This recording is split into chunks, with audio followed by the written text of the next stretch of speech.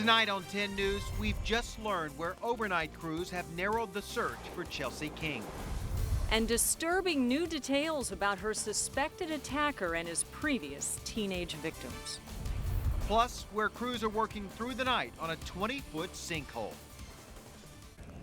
And this is brand new video tonight of the paths that search crews are combing through at this hour in their desperate quest to find 17-year-old Chelsea King. A 12-square-mile area around Lake Hodges has become a crime scene tonight while dozens of officers from federal, state, and local agencies comb through the mud, water, and the weeds. This as the prime suspect, John Gardner, remains in the medical unit of the Central Jail downtown. 10 News has every major development on this story tonight, and we begin with 10 News reporter Itika Milanes live in Rancho Bernardo. Itika. Well, Steve, sheriff investigators are still here at this hour, and they just gave us an update. They say that they're now heavily focusing their search for Chelsea in an area that is about 3 to 4 miles around the Rancho Bernardo Community Center behind me and around Lake Hodges. Yes, the search continues. The 5th night in the search for Chelsea King, and investigators are undeterred. Every possible, every conceivable methodology at their fingertips is being used, literally moving heaven and earth to find this little girl and bring her home. But once the sun goes down, that mission becomes even more of a challenge. And this is what search crews are up against at night, searching acres and acres of this dense brush with very little light. Earlier, the sheriff's helicopter hovered just above Lake Hodges, while FBI divers linked arms scouring its shallow water. The search area so massive, Sheriff Bill Gore gave Chelsea's parents a first-hand aerial look at it inside the county's chopper. In a one-on-one interview with 10 News this morning, Brent and Kelly King said they're relieved that investigators arrested convicted child sex offender John Gardner on Sunday. There's a sense of relief that this monster has been removed from hurting Chelsea anymore and anyone else that's out there. Since this creature won't share with us where our daughter is, it's our job to find her. Multiple sources close to the case say DNA found on Chelsea's underwear links the 30-year-old arrested yesterday at Hernandez Hideaway restaurant on suspicion of rape and murder. Gardner had been staying at his parents' Rancho Bernardo home, where tonight they posted this sign saying, "We have no statement at this time. Please stay off our property." Now, we talked to sheriff, detectives, and also volunteers. We asked them at this point, since they have not found Chelsea, at what point will they continue or will they stop their search? They say they have absolutely no point that they will stop. They say they will find Chelsea. We're live in Rancho Bernardo. Itika Milanes, 10 News. 10 News has also uncovered new specifics about the prime suspect in this case, John Gardner's history of attacking young girls. And tonight, 10 News reporter Mitch Blogger asked why Gardner was out of prison so quickly after being called a danger to society. Mitch? Well, Gardner spent 5 years in prison for child molestation and imprisoning a 13-year-old girl. It has his past victims asking why he was out of prison and why they didn't know he was. In 2000, then 20-year-old John Gardner gave 2 young girls who had missed the school bus a ride. He dropped one at Bernardo Heights Middle School, then took the other, a 13-year-old girl, back to his house where he beat and sexually assaulted her.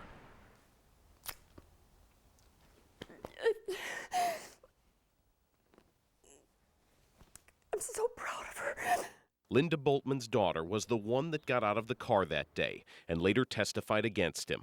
In that 2000 case, the district attorney wrote before sentencing that Gardner obviously has an unnatural interest in very young girls, that his actions are extremely predatory, and this makes him very dangerous. The psychiatrist who evaluated him wrote, "It is my opinion that Gardner would be a continued danger to underage girls in the community."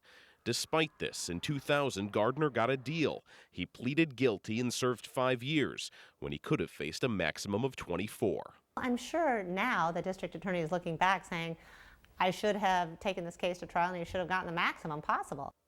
Criminal expert Gretchen von Helms says Gardner's 2000 case is an example of how our legal system processes cases. They offer a discount, if you will, to make sure that people plead guilty, and that process works very well. The district attorney's office says they settle 97% of cases through plea bargains. This mother says Gardner shouldn't have gotten one in 2000. When he attacked that 14-year-old girl and tried to kidnap 2 of the 14-year-old girls, it should have been stopped then. It's been 5 years since Gardner left prison, 5 years since her family was told where he was. Yet today was the first time she says her daughter could stop asking 3 terrifying questions. What if he gets out? When does he get out? How do we know anything about it? The district attorney's office would not talk about Gardner's 2000 conviction, saying it may influence the current case. I'm Mitch Blocker, 10 News. A 10 News viewer sent us this photo tonight of Gardner's arrest in front of Hernandez hideaway yesterday. We also spoke to a witness who saw the whole thing go down. Somebody else said, oh my God, they have the man that was sitting at the end of the counter on the ground with the gun to his head, telling him not to move, and he's under arrest and some other things. And we were just all shocked. We thought, well, what the heck was that? Sheila Culhaney says a slew of law enforcement officers descended on the scene moments later. Tonight, a jogger who was attacked last December in the same region as King has positively identified Gardner from a photo as the man who did it. It confirms details 10 News first brought you last night about the link being investigated by the Sheriff's Department. This map shows the proximity of the 2 crime scenes to one another and to the home of Gardner's parents, all 3 separated by just a few miles. 10 News has also uncovered this article written in last Friday's student paper at Rancho Bernardo High School. It was written by Kayla Moncayo, who says her older sister Candace was the jogger that was attacked. It reads in part, quote, Candace was tackled and thrown to the side of the running trail, caught off guard and without warning. He picked her up by her shoulders, shaking her relentlessly, which left bruises. Candace managed to fight off her attacker, elbowing him in the nose. Investigators managed to swab DNA from her elbow, but Sheriff Bill Gore told us tonight tests on that sample were never run. He said it was unclear whether there was enough DNA taken from her elbow to make a positive genetic link. Recapping tonight's new developments, the search will continue throughout the night and into tomorrow for Chelsea King. Right now, search crews are focused on a 12-mile area of Lake Hodges. King's parents were flown over the search area today in a Sheriff's Department helicopter to give them an aerial view of the crime scene. The prime suspect, John Gardner, remains in the medical unit of the Central Jail, but the Sheriff's Department will not say why. Our comprehensive coverage of the search for Chelsea King will continue in just 8 minutes with my one-on-one interview with Sheriff Bill Gore. The one reason the sheriff and Chelsea's parents are continuing to make the rounds to the media even after the arrest. The intensive around-the-clock search to find Chelsea King continues at this hour with ground crews and dogs combing every inch of Lake Hodges. More than 100 hours into the search tonight, we are joined by the man leading the investigation into the disappearance of Chelsea King, Sheriff Bill Gore. Thank you for joining us. Thanks, Kimberly. Sheriff, where does the investigation stand now? Well, our efforts are all about returning Chelsea to her parents and her family, and so we're trying to get all the publicity we can for this case to keep Chelsea's picture out there, to keep Gardner's picture out there. Somebody might have seen Gardner, seen him in a certain part of town around some structure, and maybe that's where Chelsea's located. And you've alluded to the fact that the search has narrowed a bit to these specific edges and perimeters of Lake Hodges.